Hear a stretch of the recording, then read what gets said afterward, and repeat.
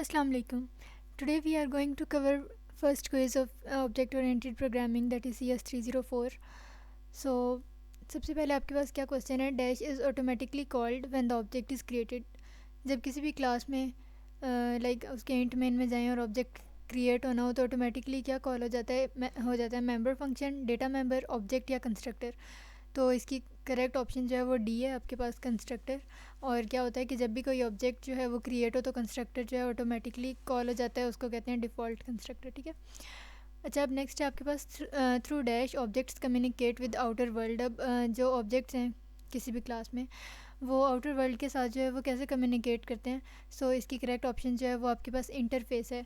देखें, वैसे नेम से भी इंडिकेट हो रहा है, और अगर हम बाकी चॉइसेस को भी एलिमिनेट करना चाहें तो इनकैप्सुलेशन, तो डेटा हाइडिंग होती है, पॉलीमॉर्फिज्म होती है कि एक ऑब्जेक्ट जो है वो डिफरेंट फॉर्म्स में अगर एग्जिस्ट कर रहा है, और इनहेरिटेंस क्या होता है कि बेस क्लास से डिराइव्ड क्लास जो है वो लाइक कोई भी कैरेक्टरिस्टिक्स जो है वो इनहेरिट करिए. ठीक है. तो यहाँ पे इंटरफेस जो है जो कि मेंबर फंक्शंस पब्लिक एरिया में प्रोवाइड करते हैं, उससे क्या होता है कि ऑब्जेक्ट्स आउटर वर्ल्ड के साथ इजीली कम्युनिकेट कर सकते हैं. नेक्स्ट है आपके पास what is meant by multiple inheritance. अब मल्टीपल इनहेरिटेंस का यहाँ पे क्या मतलब है? Deriving a derived class from base class, none of the given option, deriving a derived class from more than one base class, या deriving a base class from derived class. अब यहाँ पे इसकी जो करेक्ट ऑप्शन है वो सी है. कैसे? क्यों? क्योंकि उन्होंने आपसे मल्टीपल इनहेरिटेंस का पूछा हुआ है. अब अगर सिंपल उन्होंने पूछा होता कि inheritance, what is meant bye inheritance, तो आपने अल्फ़ा लाइक ए जो ऑप्शन है उसको टिक करना था कि deriving derived class from base class. लेकिन यहाँ पे मल्टीपल इनहेरिटेंस की बात हो रही है. लाइक आपकी बुक में जैसे मरमेड की जो है वो एग्जांपल गिवन है, इसी तरह से गियर चेंज गियर वगैरह वाली. तो मल्टीपल इनहेरिटेंस का इन्होंने आपसे पूछा हुआ है. तो इसकी सी जो है वो करेक्ट ऑप्शन है कि अगर कोई डिराइव्ड क्लास जो है आपके पास वो एक से ज़्यादा बेस क्लास से अगर तो इनहेरिट कर रही है तो मल्टीपल इनहेरिटेंस है. इसकी करेक्ट ऑप्शन आपके पास सी हो गई. नेक्स्ट है आपके पास object hides its information from others, this concept is known as. अब अगर कोई ऑब्जेक्ट अपनी इन्फॉर्मेशन हाइड कर रहा है बाकियों से तो क्या होगा कि इस कॉन्सेप्ट को क्या कहते हैं? पॉलीमॉर्फिज्म, स्पेशलाइजेशन, इनहेरिटेंस या इंफॉर्मेशन हाइडिंग. और इसका करेक्ट ऑप्शन जो है वो आपके पास इंफॉर्मेशन हाइडिंग है, that is B. Okay. Next है आपके पास a child inherits characteristics from. अब चाइल्ड क्लास जो है वो इनहेरिट करती है कैरेक्टर्स को कहाँ से? पेरेंट से, इटसेल्फ अपने आप से, सिबलिंग्स से, या नेबर से. तो यहाँ पे जो है वो पेरेंट क्लास से चाइल्ड क्लास जो है वो हमेशा इनहेरिट करती है कैरेक्टर्स को. और अगर यहाँ से आपसे पूछ लिया जाए डिराइव्ड क्लास का, तो जो चाइल्ड क्लास है उसके लिए डिराइव्ड क्लास वर्ड यूज़ होता है टर्म, और जो पेरेंट क्लास है that is a base class. अच्छा, अब नेक्स्ट है आपके पास a fan has wings, which type of relationship exist between fan and wings in this sentence. अच्छा जी, अब आपके पास क्या सेंटेंस है कि अ फैन हैज़ विंग्स. तो अब हमने बताना है कि इनके दरम्यान में रिलेशनशिप क्या एग्जिस्ट करता है. तो यहाँ पे जो राइट ऑप्शन है वो बेसिकली कंपोजिशन है. ठीक है. ए जो है वो आपके पास करेक्ट ऑप्शन है. अब कंपोजिशन इसका करेक्ट ऑप्शन क्यों है? क्योंकि अगर हम कहें कि फ़ैन इंडिपेंडेंट एग्जिस्ट कर रहा है और उसके विंग्स इंडिपेंडेंट एग्जिस्ट कर रहे हैं तो ये ऐसा नहीं है. क्योंकि अगर हम विंग्स को अलग से अगर कंसीडर करें तो वो जो है वो itself they are a part of fan, they compose together, they come together to become a whole of fan. ठीक है. तो अब इसमें क्या है कि ये पार्ट है इस पूरे कंपोज़र का. ये जो कंपोज्ड ऑब्जेक्ट है विंग, ये पार्ट है कंपोज़र का. तो ए जो है आपके पास करेक्ट ऑप्शन है कंपोजिशन, क्योंकि ये इंडिपेंडेंटली खुद से एग्जिस्ट नहीं कर सकते. नेक्स्ट है आपके पास how many objects can be created once a class is defined. अगर एक बार जो है क्लास डिफाइन कर दी जाए तो हम उसके कितने ऑब्जेक्ट्स जो हैं वो क्रिएट कर सकते हैं? एज़ मैनी एज़ नीडेड, 2, 3 और 4. यहाँ पे आपके पास ए करेक्ट ऑप्शन है, एज़ मैनी एज़ नीडेड. क्योंकि जब आपने बस एक बार क्लास को जो है वो क्रिएट कर लिया, उसके पब्लिक और प्राइवेट डेटा मेंबर्स जो हैं वो डिक्लेयर कर दिया, उसके बाद इंट मेन में आके हम एज़ मैनी एज़ नीडेड जितने भी रिक्वायर्ड ऑब्जेक्ट्स हों उनको क्रिएट कर सकते हैं. इसमें कोई जो है वो ऐसा रिस्ट्रिक्शन नहीं है. तो इसका करेक्ट ऑप्शन ए है आपके पास. अच्छा, अब नेक्स्ट है if some of the objects exhibit identical characters then they belong to. अगर कुछ ऑब्जेक्ट्स जो हैं they are exhibiting the identical features, identical characteristics, तो वो किस चीज़ से बिलोंग कर रहे हैं? एब्स्ट्रैक्ट क्लास से, डिफरेंट क्लासेस से, सेम क्लास से, या मल्टीपल क्लासेस से. सो बेसिकली इसका आंसर सेम क्लास है लाइक सी, लेकिन अगर इसको मोस्टली CS304 की अगर कोई वेबसाइट्स में आप MCQs में देखें तो वहाँ पे डिफरेंट क्लासेस मार्क किया हुआ है, बी मार्क किया हुआ है। लेकिन अगर हम इसको हैंडआउट्स के अकॉर्डिंग देखते हैं तो यहाँ पे देखें लिखा हुआ है all objects of same kind exhibit identical characters. अब यहाँ पे for example Ali studies maths, Anam studies physics and Suhail studies chemistry. तो अब यहाँ पे देखें कि इनका कॉमन कैरेक्टर क्या था कि ये सब स्टडी कर रहे हैं। तो यहाँ पे इन्होंने लिखा हुआ है कि दे आर द इंस्टेंसेस और objects of the student class. तो अगर तो वो सेम कैरेक्टरिस्टिक्स इनहेरिट कर रहे हैं तो इसका मतलब है कि वो सेम क्लास से बिलोंग करते हैं। So according to my point of view इसका सी करेक्ट ऑप्शन है। फिर भी अगर आपको किसी सिनेरियो पे लगता है कि इसका बी है तो you can drop a comment. After that there are dash ways to create user defined types for objects in C++।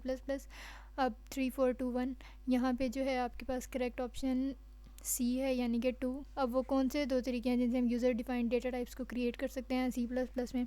Structures और क्लासेस, ठीक है। नेक्स्ट है आपके पास in object oriented programming we can achieve reusability through. अब हम reusability जो है वो किस तरह से अचीव कर सकते हैं ऑब्जेक्ट ओरिएंटेड प्रोग्रामिंग में? डेटा हाइडिंग से, इनकैप्सुलेशन से, एसोसिएशन से या इनहेरिटेंस से। So the correct option here is C, that is inheritance. क्यों? क्योंकि इनहेरिटेंस जो है that is one of the mechanism by which we can achieve reusability in our programs and in our models. अब data hiding तो basically information hiding है, encapsulation भी data hiding वाला ही कॉन्सेप्ट है, और एसोसिएशन भी जो है वो इसमें नई कैटेगरी में फॉल करता। सो इसका करेक्ट ऑप्शन आपके पास सी है। अच्छा जी, अब नेक्स्ट इसका क्विज स्टार्ट होने लगा है। Data member of a class student can not be. अब आपके पास जो है वो डिफरेंट यहाँ पे ऑप्शन दी हुई हैं। Int roll number, name is appointed to character, और 4 नेम और फ्लोट CGPA। अब हमने देखना है कि इसमें से कौन सी लाइक जो डेटा मेंबर है वो स्टूडेंट क्लास का नहीं हो सकता। तो अगर हम इसको हैंडआउट्स के पॉइंट ऑफ व्यू से देखें तो यहाँ पे देखें हमारे पास 7th चैप्टर में प्राइवेट पार्ट में इसके जो लाइक डेटा मेंबर्स को यहाँ पे डिक्लेयर किया हुआ। तो देखें name is appointed to character, और इसके अलावा इंट रोल नंबर। इसी तरह से एक आपके पास यहाँ पे ऑप्शन है 1 2 पेज के बाद फ्लोट CGPA। तो इट मीन्स कि जो नेम है वो बेसिकली पॉइंटर होगा कैरेक्टर का। क्यों? क्योंकि ये पॉइंटर इसलिए है क्योंकि डिफरेंट स्टूडेंट्स के नेम्स की डिफरेंट लाइक वो मेमोरी में जगह एलोकेट कर रहे होंगे ना, मतलब उनकी ज़्यादा डिफरेंट स्पेसेस होंगी मेमोरी में according to the amount of number of characters present in name of a student. तो इसलिए यहाँ पे आपके पास सी ऑप्शन जो है वो डेटा मेंबर नहीं हो सकता। क्लास स्टूडेंट का जो नेम है that will always be a pointed to character data type, ठीक है। तो इसका करेक्ट ऑप्शन जो है यहाँ पे आपने बताना है कि जो नहीं हो सकता, तो यहाँ पे आपके पास सी करेक्ट ऑप्शन है। अच्छा, नेक्स्ट है suppose person is a class which of the following statement declares. अच्छा, अब क्लास पर्सन है और उसका ऑब्जेक्ट डिक्लेयर करना है, तो इसकी सी करेक्ट ऑप्शन है। कैसे? कि आपने पहले क्लास का नेम वैसे का वैसा लिखना होता है और फिर उसके बाद ऑब्जेक्ट उसका डिक्लेयर करना होता है। अगर बाकी तीनों ऑप्शंस में देखें तो क्लास का नेम शुरू में किसी के भी नहीं आ रहा, object person, define object, create person object, तो ये तीनों गलत हैं। सी आपके पास करेक्ट ऑप्शन है। नेक्स्ट है which of the following best describes the constructor. अब इसकी जो राइट ऑप्शन है वो आपके पास है D, that is constructor is use to initialise the data members. क्योंकि डेटा मेंबर्स को किसी भी क्लास के इनिशियलाइज करने के लिए आपके पास कंस्ट्रक्टर यूज़ होता है, ठीक है। सो नेक्स्ट है आपके पास identify the abstract class from the given statement. Vehicle class is a base class, bus, car and truck are the derived classes. अच्छा, अब जो लाइक कंक्रीट क्लासेस जो हैं वो आपके पास वो होती हैं जो किसी फिज़िकली एग्जिस्ट करती हैं, फिज़िकल एग्जिस्टेंस उनकी मौजूद हो। तो बस, कार और truck like these are the tangible objects और इनको हम जो है वो इजीली व्यू कर सकते हैं। लेकिन जो व्हीकल क्लास है, अब वो ओवरऑल व्हीकल तो हम एक कैटेगरी को कह रहे हैं ना जिसमें सारे ट्रांसपोर्ट मीडियम्स जो हैं वो बेसिकली फॉल कर रहे हैं। तो व्हीकल जो है वो एब्स्ट्रैक्ट क्लास है, एक तरह से इंटेंजिबल है, ठीक है। इंटेंजिबल तो वैसे वो नैरो कैटेगरी हो जाती है, लेकिन ओवरऑल इसका व्हीकल ही है कि ये एब्स्ट्रैक्ट क्लास है। यहाँ पे फ़िलहाल टेंजिबल इंटेंजिबल का नहीं पूछा हुआ उन्होंने। अच्छा, अब next in polymorphism messages can be interpreted in different ways depending upon the receiver class. C आपके पास करेक्ट ऑप्शन है। एंड फ्रॉम हैंडआउट्स यहाँ पे देखें 6th चैप्टर में है कि messages can be interpreted in different ways depending upon the receiver class. और इसके अलावा ये है dash is represented by a line with a filled diamond head. इसका आपके पास जो है वो कंपोजिशन है, यहाँ पे ये देखें कंपोजिशन जो है वो फिल्ड डायमंड हेड से इंडिकेट होती है, ठीक है। सो इसके कुछ MCQs जो हैं वो सेव कर नहीं हो सके। इसमें अगर कोई क्यूरी हो तो you can drop a comment, and if you are new to my channel then don't forget to subscribe and hit the bell icon. Thank you.